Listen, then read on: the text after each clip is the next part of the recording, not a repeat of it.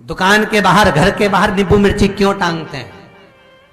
क्योंकि लक्ष्मी और दरिद्रता, इन दोनों देवियों को भगवान विष्णु का वर है कि ये प्रतिदिन भूमंडल पर विचरण करने के लिए जाएंगी। प्रतिदिन, रोज प्रतिदिन लक्ष्मी और दरिद्रता दोनों भ्रमण के लिए निकलेंगे। और जिसके घर में मिष्ठान रखा होगा, उसके घर में लक्ष्मी मीठा खाने के लिए अंदर प्रवेश कर जाती है। और नींबू और मिर्ची दरवाजे पर इसलिए बांधते हैं कि दरिद्रता हमारे घर में प्रवेश ना करे, वो दरवाजे से खाकर ही चली जाए। दरवाजे से। एक बात बहुत ध्यान रखना, जिसके घर में फ्रिज में, डलिया में या रसोई घर में नींबू और मिर्ची ये दोनों एक ही जगह रखे रहते हैं, उसके घर में कभी शांति नहीं रहती है। सास बहू का, ननंद भाभी का, भाई भाई का, परिवार में कुछ ना कुछ क्लेश जरूर ही होगा। 4 दिन अगर अच्छे निकल गए तो 5वें दिन क्लेश का जाएगा। 5 दिन अच्छे निकल गए, 6ठा दिन क्लेश का जाएगा। कुछ ना कुछ, एक जरा सी कटोरी पड़ी है उसके पीछे विवाद चालू हो जाएगा, जरा सा पानी ढुल गया उसके पीछे विवाद चालू हो जाएगा, बेडशीट बदल रहा था उसके पीछे विवाद चालू हो जाएगा, पति कक्ष में आया विवाद चालू हो जाएगा। तुमने एक शब्द कहा, कोई लड़ाई की बात नहीं करी, फिर भी विवाद चालू हो जाएगा। समझ लेना कि घर के रसोई घर में या फ्रिज में नींबू और मिर्ची साथ रखा हुआ है तो वो क्लेश तो देगा ही। पंडितों से पूछोगे, ज्योतिषाचार्यों से पूछोगे, वो कहेंगे मोती पिना दो, कोई कहेगा पितृदोष हो गया, कोई कहेगा कालसर्प दोष हो गया, कोई कहेगा वास्तु दोष हो गया, पर वो आपको ये नहीं बताएंगे कि नींबू और मिर्ची एक डलिया में रखा हुआ है। ये हमारा वेद, हमारा शास्त्र बताएगा कि नींबू और मिर्ची ये दरिद्रता देवी को प्रिय है, और जहां नींबू और मिर्ची साथ रखा वहां दरिद्रता प्रवेश कर जाती है, और दरिद्रता गई तो वो क्लेश उत्पन्न करती है, जिससे इसके घर में सुख ना रहे। सुख नहीं रहेगा तो लक्ष्मी नहीं रहेगी, दरिद्रता उसके घर में आराम से रह सकती है।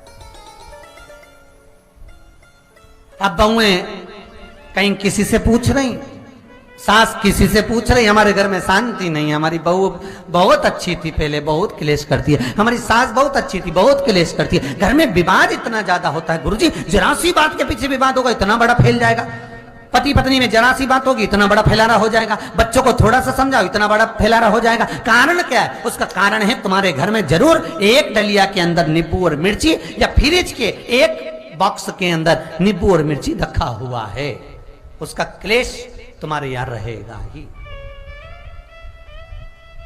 सदा रहेगा।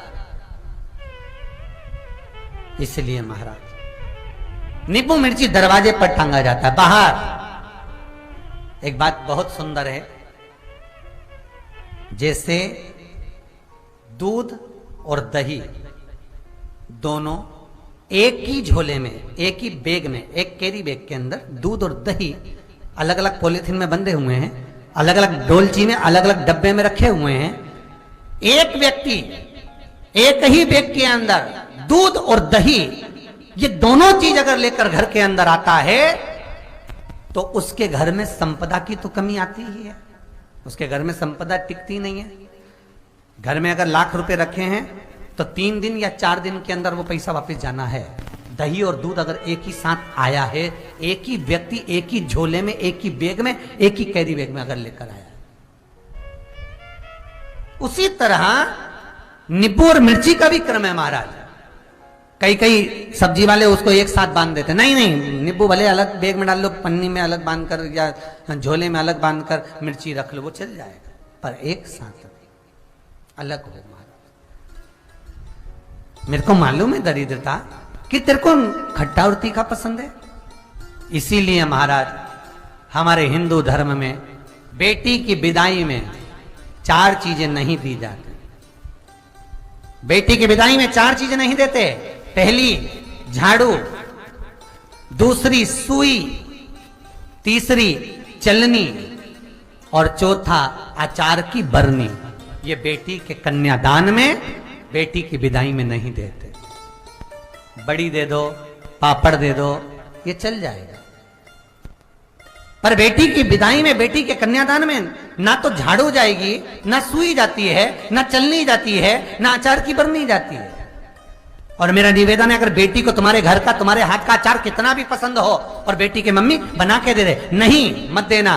क्योंकि बेटी तन, मन और धन, ये 3 चीजों से दुखी रहेगी। अगर माँ ने अचार दे दिया तो बेटी के घर में या तो तन से दुखी रहेगी, या मन से दुखी रहेगी, या धन से दुखी रहेगी। बेटी को ये 3 दुख तो रहेंगे ही। कई लोग तो अपनी बहू से कहते हैं, बेटा तू मायके जा रही, तेरी मम्मी के हाथ का अचार अच्छा लगता है, लिया ना बांध के। अब उनको कौन समझाए?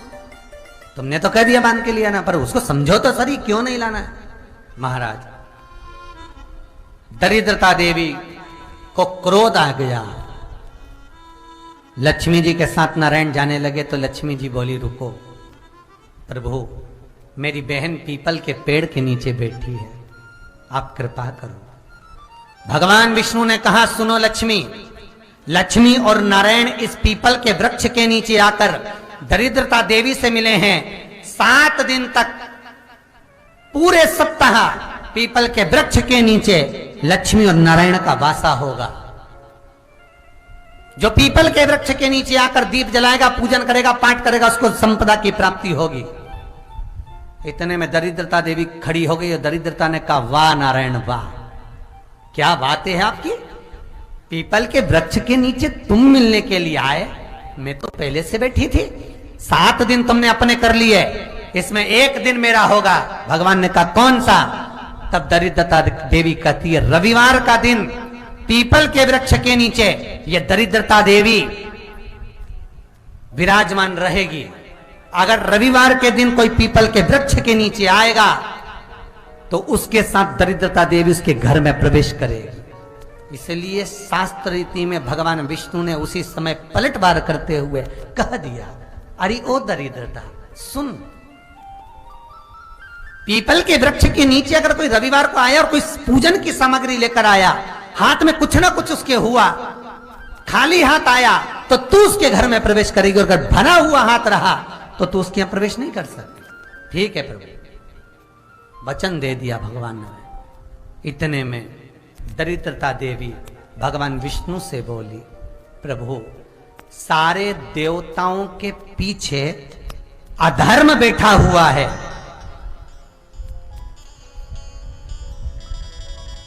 सारे देवताओं के पीछे अधर्म बैठा हुआ है। दुख और दरिद्रता कहां जाकर बैठे हैं, आप स्थान बता दीजिए। आपको अब भी कहा कथा में कि देवताओं के पीछे, देवियों के पीछे, पीठ के भाग में अधर्म का निवास है, आगे धर्म का निवास है। इसलिए मंदिर में अग्रण्य प्रणाम करना चाहिए, आगे क्यों, पीछे नहीं।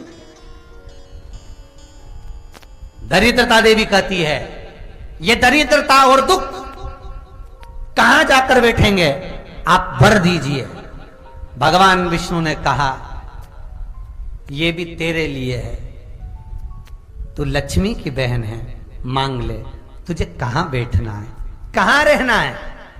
दरिद्रता देवी कहती है, जिस घर में स्त्री दोपहर में सोती होगी उसके घर में दुख और दरिद्रता दोनों जाएंगे। जिनके घर में कांटेदार पेड़े लगे होंगे, पौधे लगे होंगे, उनके घर में दुख और दरिद्रता दोनों जाएंगे।